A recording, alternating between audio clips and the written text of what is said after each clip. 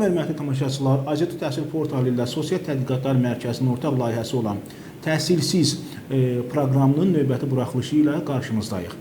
Bizim bugünkü qonağımız Azərbaycan Dövlət Pedaqoji Universitetinin dosenti, məktəbəqədər təhsil məsələləri üzrə çox güclü mütəxəssis, həmçinin təlimçi Xalidə xanım Həmidovadır. Xalidə xanım, xoş gəlmisiniz. Çox sağ olun. Xalidə xanımın təqdimatından da bildiyiniz kimi bizim bugünkü müzakirə mövzumuz əsasən məktəbəqədər təhsillə bağlı problematik məsələlər və onların həlli, çözümü ilə bağlı təkliflər olacaqdır. Öncə kiçik bir qeyd üçün deyim ki, dünən Milli Məclisin Elm və Təhsil Komitəsinin iclası keçirilib və iclasa toxunulan məsələlərdən biri də məktəbəqədər təhsillə bağlı edilməli olan, görülməli olan işlərdir. Və sədr müavini, deputat Fariz İsmailzadənin sözlərinə görə bu gün məktəbəqədər təhsillə bağlı görülməli olan əsas məsələlərdən biri də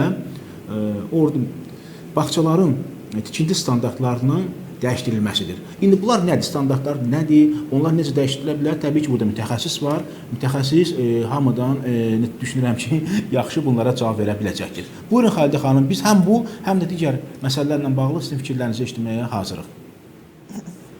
Ümumiyyətlə, biz bilirik ki, Azərbaycan Respublikasında bu son illərdə dəyişən bu təhsildə inkişaf proseslərindən danışılır və burada ən əsas mərkəzdə duran prioritet məsələlərdən biri də məktəbəqədər təhsildir və Azərbaycan qanunvericiliyinə görə məktəbəqədər təhsil bizim təhsil pilləmizin ilkin pilləsi hesab olunur. Yəni, ölkəmizdə 3 yaşından təhsil prosesindən başlanılır.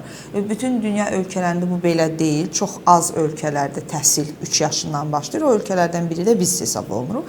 Və ona görə də Elm və Təhsil Nazirliyi və yaxud da elə Milli Məclis və ya da digər administrativ qurumlar bu prosesə daha, belə deyək də, daha çox belə fokuslanıblar və son illərin tədqiqatları belə bir şey göstərir ki, yəni biz bir 20 il, 30 il əvvələ qayıtsaq, biz düşünürdük ki, bağça, məktəbəqədər təhsil belə bir şey yoxdur. Sadəcə olaraq həmin yaş dövründə uşaqlara yalnız baxmaq lazımdır və hamı da valideynlər uşağını bağçaya aparırdı ki, mənim uşağıma orada qayğı göstərsinlər, baxsınlar.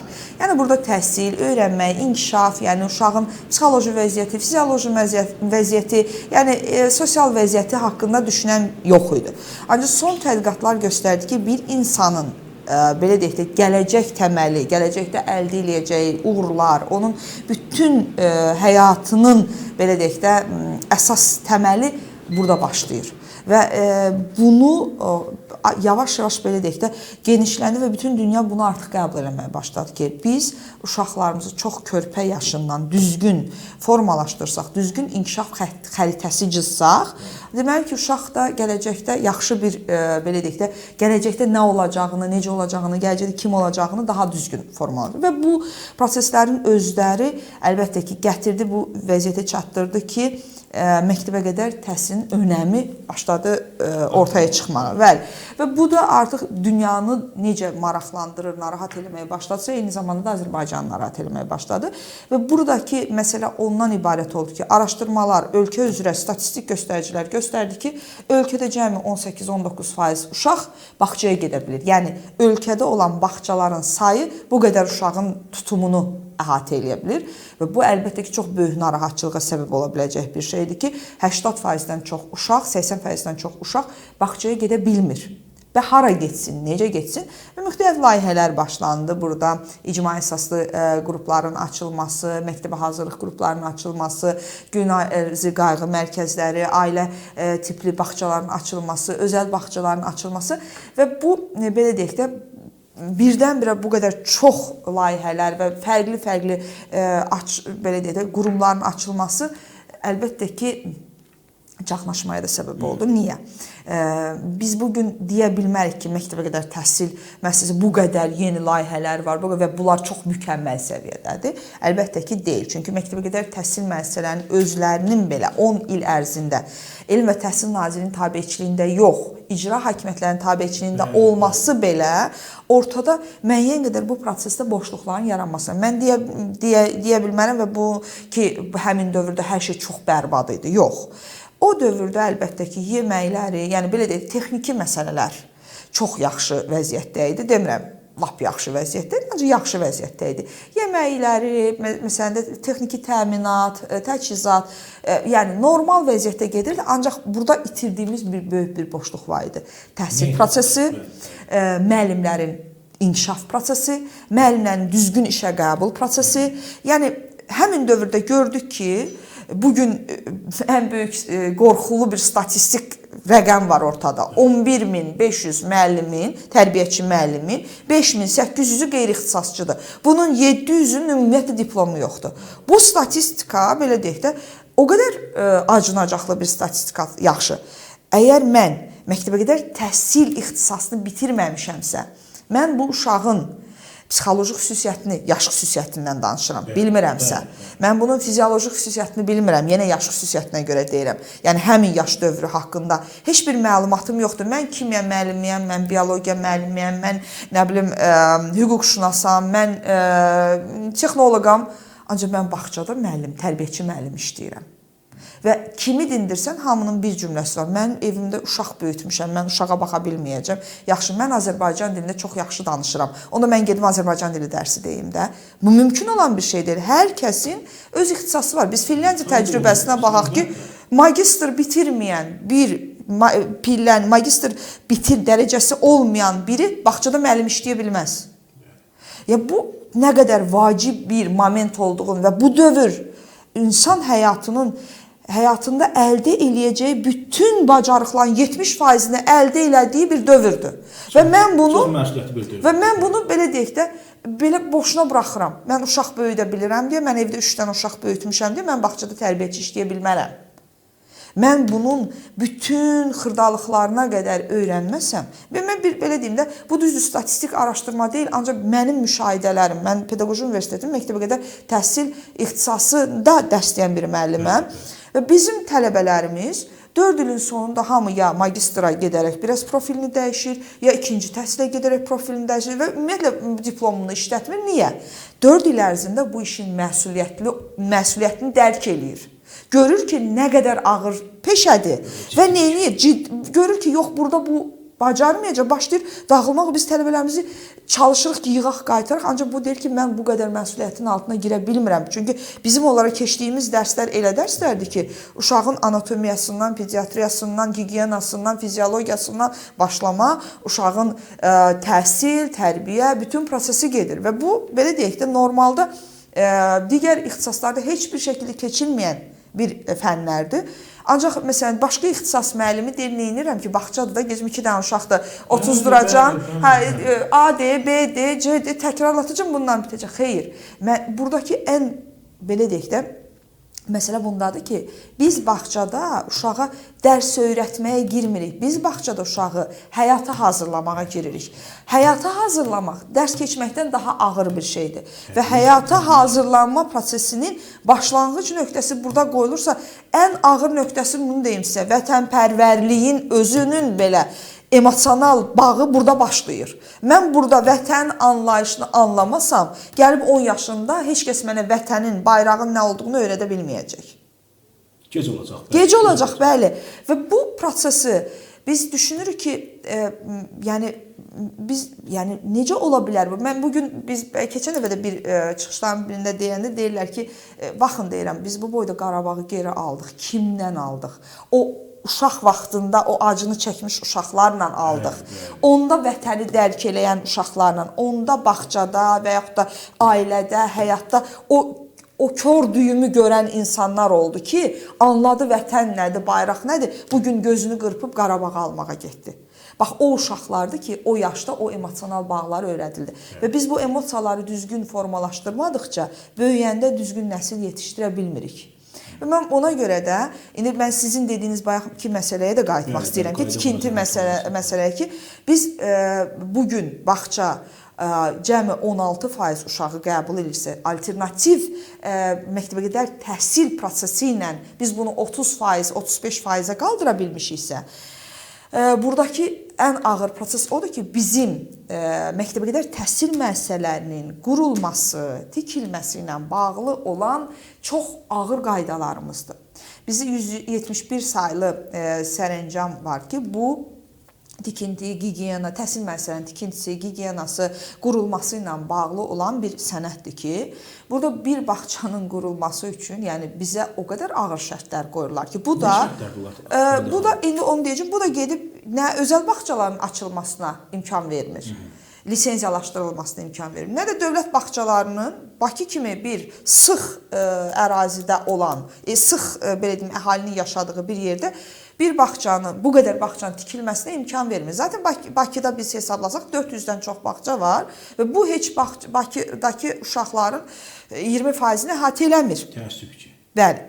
Və ancaq biz qoyulan standartlarla bağçaları bütün 100% uşağı əhatə eləmək üçün Bakıda bağça tikməyə başlasaq, onda Bakıda yəqin başqa şey tikməli deyilik. Ancaq bağça tikməliyik.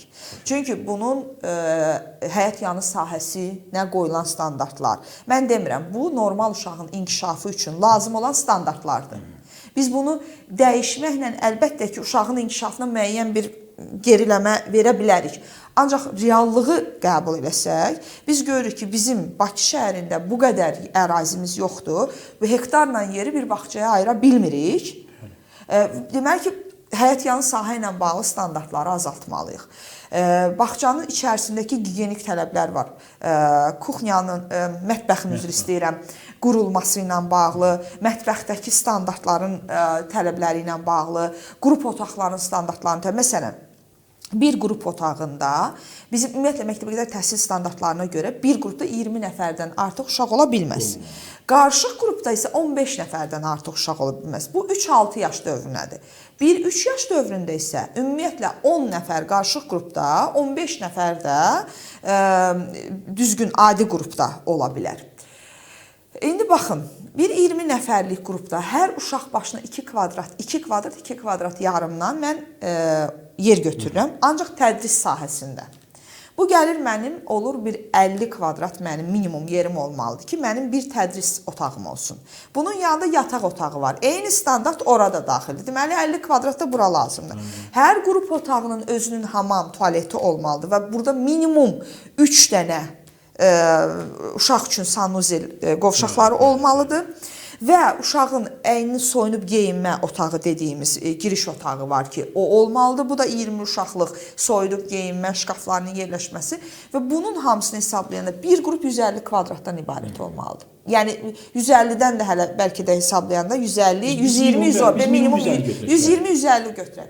Və mən əgər bir bağça 20 uşaqdan yox, mən əgər özəl bağça açıramsa, heç olmasa mənim bir 60 uşağım olmalıdır ki, mən oradan həm özüm əldə edeyim, həm dövlətə xidmət edeyim deyirəmsə, yəni bir sahibkar bağçanı niyə açır? Pul qazanmaq üçün də. Yəni bu biznes məqsədi ilə açır və bunu eləmək üçün və bunun həyat yanı sahəsi, bunun bu standartlara cavab verməsi, bu qədər ərazini əhatə eləməsi və bu kimi digər ağır şərtlər var ki, olmalıdır və bunların hamısının olması üçün sahibkar yəni nə qədər pul xərcləməlidir ki, illərlə bu pulu geri götürə bilməyəcək. Sizcə burada özəl müəssisələrin açılması və inkişafına nə qədər və lisenziya ala bilməyəcək? Hələ bunu işlətmək üçün Təhsil Nazirliyi, İqtisadiyyat Nazirliyi lisenziya verir. İqtisadiyyat Nazirliyi lisenziya verməsi üçün lisenziyalaşma bir komissiyası olur ki, bu Təhsil Nazirliyi, Təhsil Nazirliyinin Keyfiyyət Təminatı Agentliyindən və tikinti idarəsi var Təhsil Nazirliyi oradan və eyni zamanda İqtisadiyyat Nazirliyinin əməkdaşları toplanaraq bir komissiya yaradırlar və bu komissiya bağçanı yoxlamağa gedir lisenziyadan əvvəl. Əgər bu standartlara cavab vermirsə, həm 171-də qoyulan standartlara cavab vermirsə, o lisenziya ala bilmir. Lisenziya ala bilmədiyi müddətdə o bağçanı işlədə bilmir. Qoyduğu pul, para, ora belə deyək də, çəkdiyi əziyyət getdi. Və bu artıq, bilirsiniz necə, həm sahibkarlığı bu prosesdən uzaqlaşdırır, sahibkarları ki, mən zaten bura qoyduğum pulu götürə bilmirəm, lisenziyanı ala bilmirəm və burada digər şərtlər də var ki, burada yaşayış ərazisi olmamalıdır, həmin bina, qeyri-yaşayış ərazisi olmalıdır və belə-belə məsələlər var və bu da çox ağır və uzun bir prosedurdur.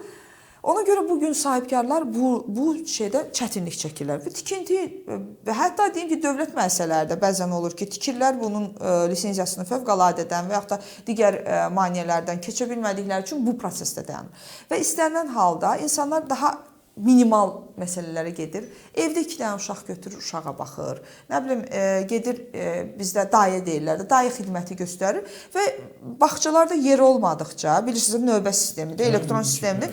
Yer olmadıqca valideyn, işə gedən valideyndir, məcburdur neynəsin, dayəyə pul versin, evində kamera qursun, neynəsin və bu da uşağın inkişafını ləngidir. Uşaq sosial mühitdə böyüməlidir. Sosial mühitdə böyüməyən, fərd kimi tək bir qapalı mühitdə böyüyən uşaq sosiallaşmadıqca, düzgün o prosesdə, o mühitdə böyümədikcə sabah məktəbdə problem yaşayır, sabah universitetdə problem yaşayır, sabah iş yerində problem yaşayır və bu da bizim həyatımız boyu bizim yanımızda bir belə deyək də əlimizdən tutub bizdən gedir. Xanım, bir sual icazənizlə mən burada qəfil belə beynimə gəldi. Dediyiniz lisenziyalar burada əsasən nəzərə əsaslandırılmadı, yox, doğrudan da bizdə fəaliyyət göstərən dövlət və özəl bağçalar həmin şərtlər əsasında işləyirlər. Niyə görə deyirəm? Çünki mən özüm olduğum bir neçə özəl bağçalarda görmüşəm ki, məsələn, siz dediyiniz standartlar iç standartlara uyğun gəlsə də, yəni bağçanın daxilində nisbətən uyğun, hələ ona da mən tam inanmıram, nə yalan demişsə, amma həyatyanı sahə ilə bağlı olan tələblər və s. ümumiyyətlə mən görməmişəm. Hətta bir kompleks, bir yaşayış kompleksinin içərisində 2 bağça var ki, biri bu binanın altındadır. Gözümlə mən bunu görmüşəm və şahidi olmuşam və bir müddət yaşamışam da. Biri o biri binanın altındadır. Və burada təbii ki, həyatyanı sahədən söhbət edə bilməz.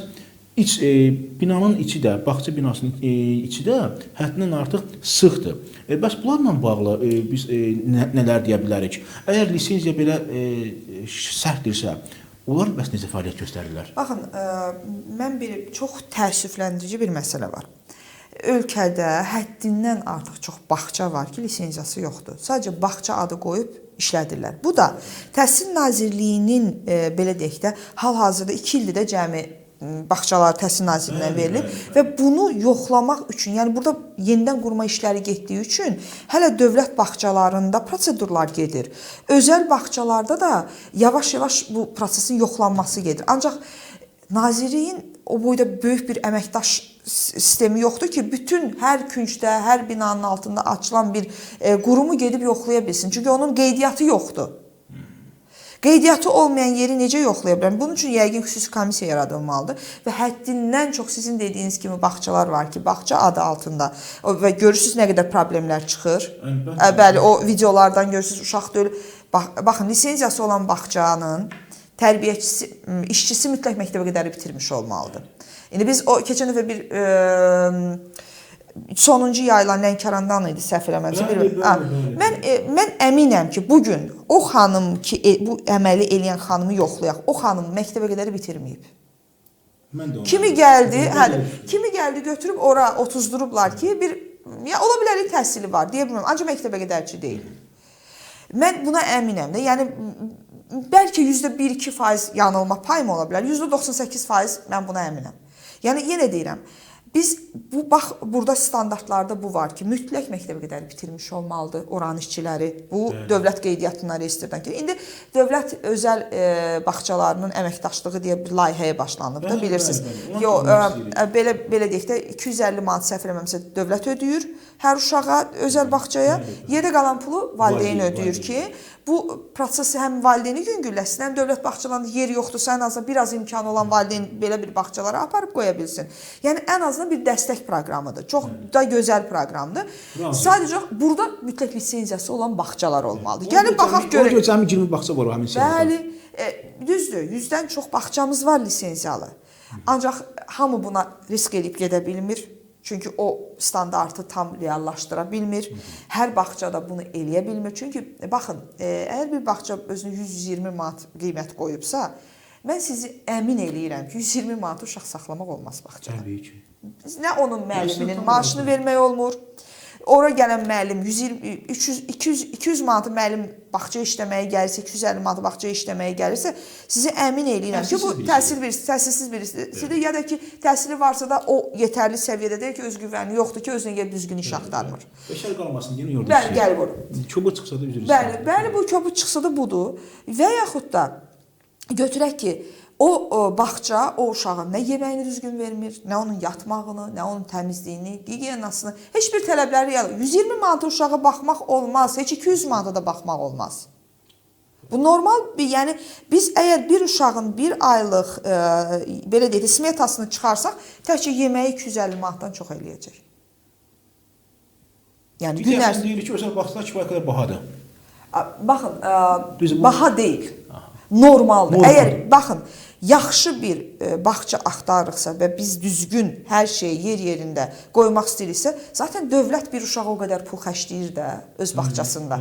Çünki məktəbə qədər təhsil müəssisələri, bağçalar məktəbə qədər təhsil prosesinin içindəki ən bahalı qurumlardır. Ona görə dövlətə sərf eləmir bu qədər bağçanı tikib bu qədər. Çünki zaten 600-700 manat uşağa xərclənir də bir uşağa. O bağçanı saxlamaq üçün bunun müəllimi, qidalanması var, bu bağçanın təmiri var, müəlliminin maaşı var, bunun gündə 2 müəllimi var, bunun dayəsi var, bunun mətbəxi var, mətbəxindəki işçiləri var, yəni dalandarı var, paltar yuyan yeri var. Hamısı xərcdir və bunu bütün bölüb, vurub böləndə bir uşaq elə 600-700 manata gəlib çıxır. Yəni bunu zaten özəl bağça eləyəndə bizim üçün çox baha başa gəlir, deyirik. Ancaq yenə deyirəm, bizim əgər biz keyfiyyət istəyiriksə budur, yox, keyfiyyət gözləmiriksə, biz sadəcə uşağımızı bağçaya sadəcə kimsə saxlasın deyə aparıb verirsə budur. Ancaq həqiqətən də inkişaf etmiş uşaq istəyiriksə, yəni düzgün, sosial mühitdə böyüyən, sosiallaşa bilən, hər tərəfli inkişaf edən, həm fizioloji, həm psixoloji sağlam olan uşaq istəyiriksə, o mühiti baxmalıyıq. Valideyn bağçaya girəndə birinci sual verməlidir. Bu bağçanın lisenziyasını mənə göstərin. Nə gözəl. Göstərin. Lisenziyası varsa, indi zəhmət olmasa müəlliminin ixtisasını mənə gətirin görüm. Baxım görün bu həqiqətən məktəbə qədəri qutarıbmı?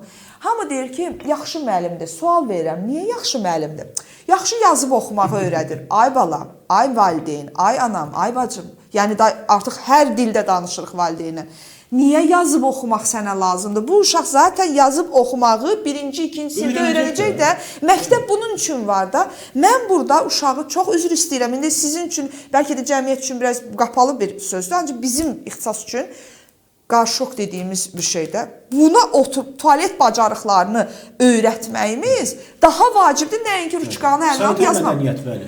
Baxın, mən deyirəm ki, əgər bir uşaq məktəbə gedəndə özü tualetə gedib gələ bilmirsə, onun yazıb oxumağa heç kimə lazım deyil.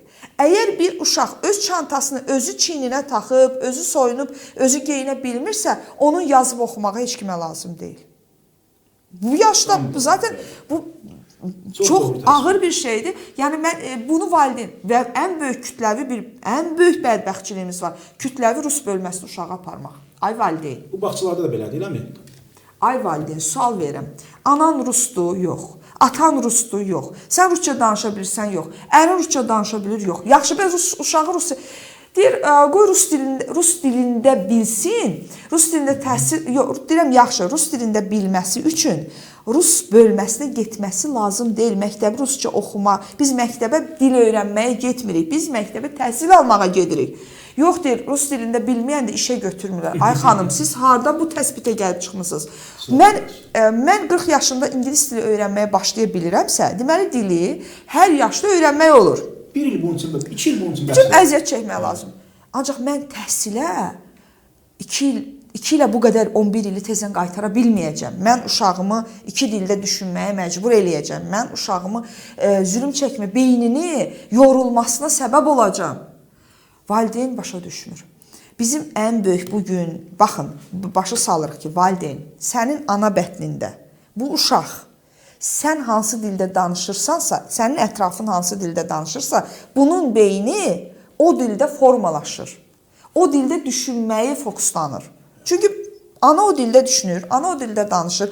Ötürücü səs siqnalları o uşağı o dili ötürür. Beyin o dildə anlayır və ana o uşaq ağlayanda ay oğlum, ay balam deyib müraciət eləyibsə və o uşaq o sözə həmin sakit dayanıbsa, ağlamağı sakitləşdiribsə, deməli o uşaq hansı dildə düşünür? Hansı dildə başa düşür? Az öz dilində də. Deməli ki, mən o dildə, başa düşdüyü dil onun düşünə bildiyi dildir. Və bu düşünmə bizə məktəbdə o dil lazımdır ki, o dildə düşünsün. Və mən onu məcbur edirəm başqa dildə düşünməyə, təhsili geri salıram. Xanım, həddən artıq sizinlə şəxsən mən necə deyim ki, ən azı 2 saat, 3 saat istəyərdim ki, bunlara toxunaq ki, insanlar daha çox maariflənsinlər. Şəxsən mən bunu çox istərdim. Bizim bir 10 dəqiqə vaxtımız var. Ona görə biz başqa məsələlərə toxunmaq istədik. Şəxsən məni incidən bir məsələlərdə regionlarda, bizim rayonlarımızda, bölgələrimizdə bağçaların kəmiyyət və keyfiyyət problemidir. Hətta elə regional təhsil idarəsi var ki, adını çəkməyəcəm, bunu bilsəm də, onun tabelində hələ söhbət regiondan gedir. Cəmi 6 bağça var.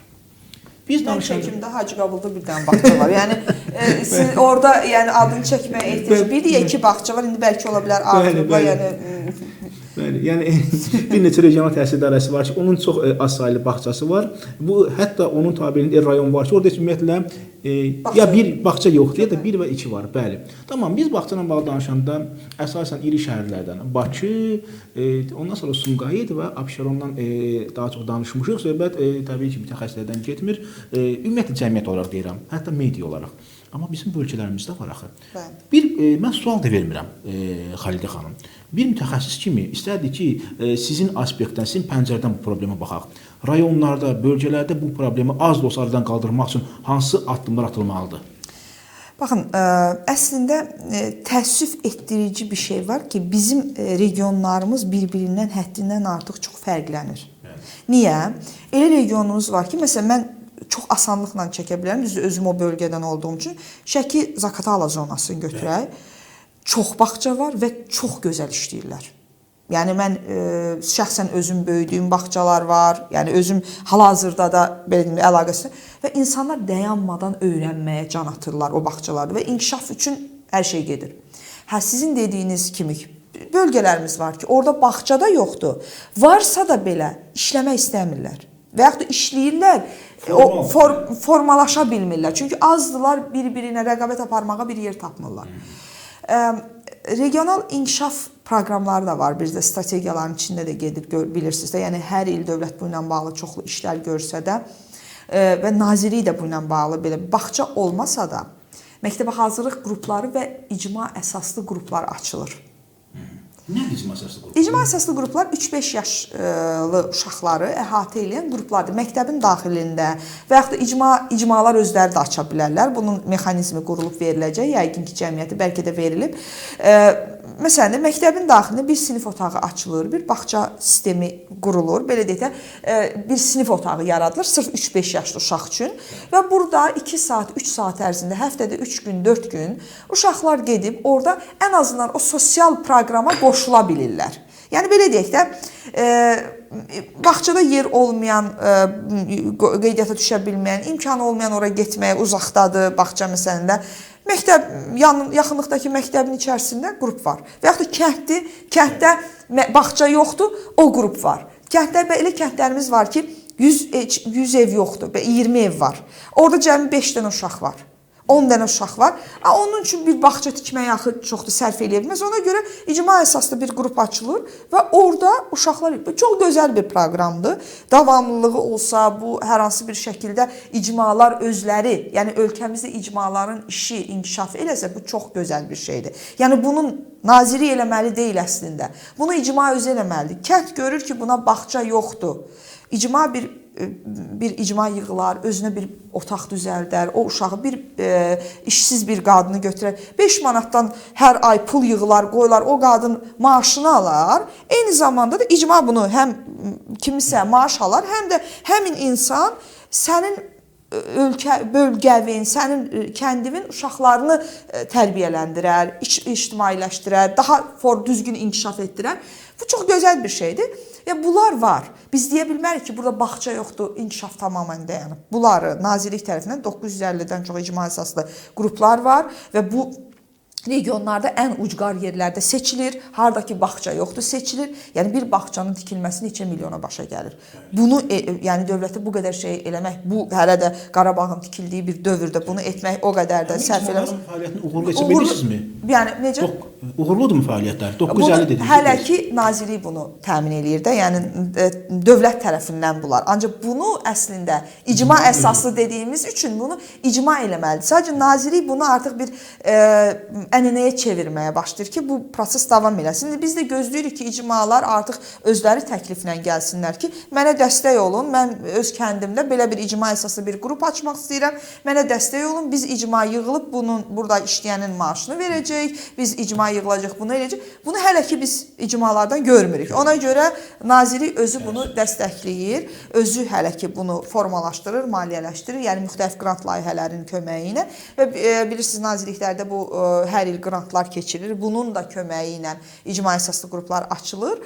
Yəni mümkün dəstək verilir. Hələ ki Nazirlik tərəfindən. İndi mən demirəm bu tam uğurlu bir şeydir. Yox, uğursuzluqlar da var içərisində. İndi ondan haqqında danışmaq. Ancaq biz gözləyirik ki, icmalar özləri təşəbbüs göstərsinlər bu. Və bu regionların həqiqətən inkişafı üçün çox gözəl bir şey. Çünki mənim 20 evdən ibarət olan kənddə bu boyda bağçanın tikilməsinə ehtiyac yoxdur. Bir qrupun olması belə bəs eləyir. Ailə əsaslı qrup bağçalarının açılması var. Evlərdə də, belə deyim də, o layihənin adını dəqiq indi ola bilər səhv deyirəm. Elə bizim məktəbi təhsil haqqında qanunumuzun içərisində bu bəndlərdən biridir. Və orada rahatca onun nizamnaməsindən istifadə edib. Məsələn, mənim evim var. Bir 2 otaqlı evim var. Mən onu götürüb, rahatcana lisenziyasını alıb, icazəsini alıb, o 2 otağın içində 3 uşaqdan, 4 uşaqdan ibarət bir ailə, məsələn, qonşularımın uşağına, əgər mənim təhsilim varsa bunu eləməyə imkan verirsə, bunu eləyə bilərəm. Ancaq icazəsi ilə bütün standartları reallaşdıraraq, lazım olan şərtləri yerinə yetirərək. Bu çox gözəl bir şeylərdir. Yəni bu dövlətə və biz baxın, bu beynəlxalq bir təcrübədir. Mən bunu Amerikada da görmüşəm, mən bunu Avropanın bir çox ölkələrində olmuşam, oralarda da görmüşəm. Bizim qonşu ölkələrdə də olur. Bəli, bəli, Gürcüstanda da var və hətta belə deyim də, biz Sinqapurla təcrübəsini öyrənirdik. Sinqapur təcrübəsini bizə Sinqapurdan gəlmişlər bu proseslə bağlı. Onların təcrübəsini öyrənəndə biz gördük ki, onlarda da var. Çünki onlar bilirsiniz, çox sıx əhalinin yaşadığı yerdir və heç bir standartları olmadan bağça açan bir ölkədir. Yəni bir otağı çevirib bağçaya çevirə bilirlər. İnsan oradan gələn xanım deyir ki, mənim 2 bağçam var, 2 bağçanın müdirəsiyəm, Nazirlikdə səhv eləmirəmsə işləyir. Dedim, çox gözəl, onda gəlin mən də sizi bizim bağçalarımızdan tanışayım. Mən bunu bir bağçaya apardım. Adam dedi ki, sizin bağçanızın bir otağı mənim 2 bağçamdan böyükdür. Yəni adamın mənə dediyi. Yəni mən hələ bunu ortabab bir özəl bağçalardan birinə aparmışdım ki, ortabab dediyimdə normal bir çox da böyük olmayan, hər bir şəraiti olmayan, orta statistik bağçalardan birinə aparmışdım. Bir qrupa girdi, dedi ki, mənim 2 bağçam qədərdir bu bağça. Yəni bu cür standartlar. Yəni ona görə deyirəm ki, biz əgər dövlətə dəstək olmaq istəyiriksə və bu sayın 90%-ləri necə ki deyilib ki, çatdırmaq istəyirik, bunun üçün təkcə dövlətdən dəstək gözləməli deyilik də.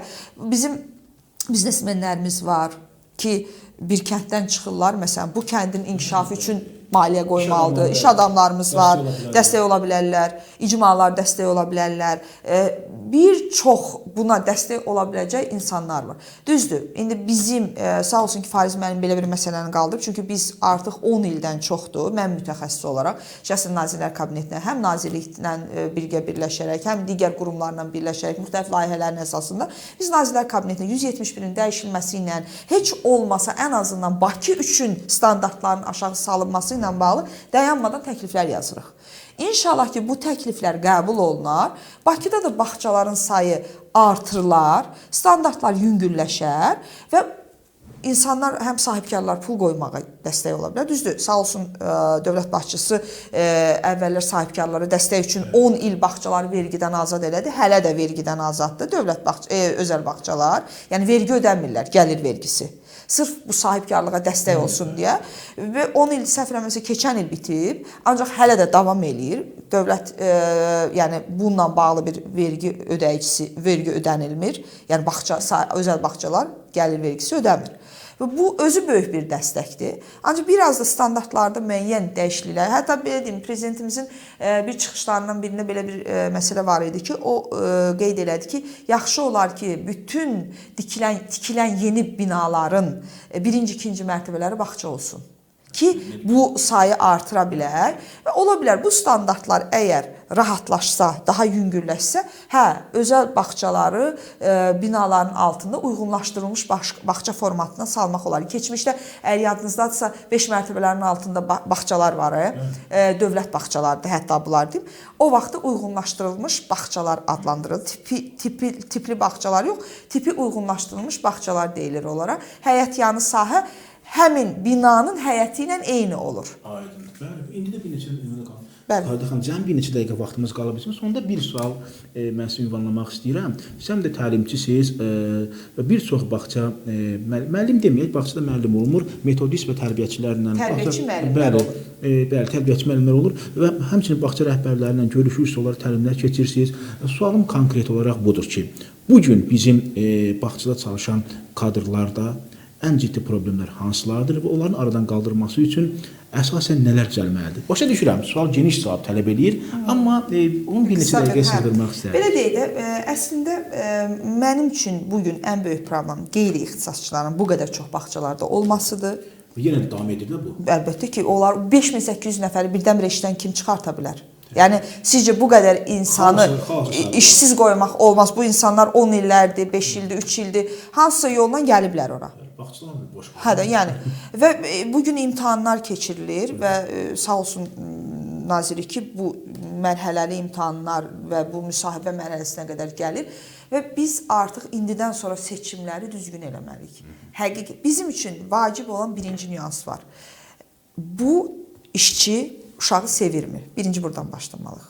Sevgi, işinə hörmət, öz işinə hörmət, ondan sonra başlayır digər məsələlərin bilinməsi. Və bizim üçün vacib olan məsələ bunlardır və biz bugün gördüyümüz problemlərdən ən böyüyü odur ki, məktəbəqədər təhsil müəssisələri hələ də 90-cı ilin proqramlarının beynində qalıblar. Yeni kurikulumları o qədər də mükəmməl bilmirlər. Nazirlik bunun üçün dayanmadan təlimlər verməsinə baxmayaraq, müasir standartları keçməyi hələ uyğunlaşmış. Çünki artıq vərdiş var. Ona görə mən düşünürəm ki, tərbiyəçi müəllimlər daha çox öz üzərində işləməsi üçün birinci, dövlət proqramlarını bilməlidirlər, dövlət proqramlarının tələblərinə baxmalıdırlar. Ondan sonra o bir sovet standartı var, qəlib. Mən açıq dərs verməliyəm, mənim uşağım belə oturmalıdır, ancaq partanın arxasında dərs keçməliyəm. Bu qəlibdən çıxıb, uşaqla uşaq olmağı, oynayaraq öyrətməyi, standartın tələbinə uyğun uşağı yalnız və yalnız həyata hazırlamağı, dərs keçmək yox, yazı, oxu, nə bilim, filan şey əzbər, xeyr, nitqinin formalaşması, sosial bacarıqların formalaşması, ətrafını dərk etməsi, fizioloji baxımdan düzgün özünü qoruması, təhlükəsizliyini bilməsi, belə deyək də, ən əsasda yaradıcı bacarıqlarının formalaşmasına fokuslanaraq davam eləməlidir. Bunun üçün də ancaq oynayaraq eləmək olar. Uşağa bunların hamısını ancaq oynayaraq öyrətmək olar. Başqa, otur, düz otur, mən sənə dediyimi təkrarla. Bu ilə biz uşağı nə inkişaf elətdirə bilməyəcək, nə özümüzü inkişaf elətdirə bilməyəcək, nə gələcəyə yaxşı uşaq hazırlaya bilməyəcək. Bu. Xalidə xanım, çox təşəkkür edirəm sizə həqiqətən. Hörmətli tamaşaçılar, Azəri Təhsil Portalı ilə Sosial Tədqiqatlar Mərkəzinin ortaq proqramı olan təhsil sizin daha bir maraqlı, deyərdim ki, həddindən artıq maraqlı bir buraxılışını izlədik. Düşünürəm ki, Xalidə xanımın etdiyi bu maraqlı çıxışlar, verdiyi təkliflər hər birimiz üçündən də maarifləndirici funksiya daşıyacaqdır. Amma tək Xalidə xanım yox, tək bizlər yox, təhsil əməkdaşımız olun ki, biz sonda təhsilsiz qalmayaq. Çox sağ olun.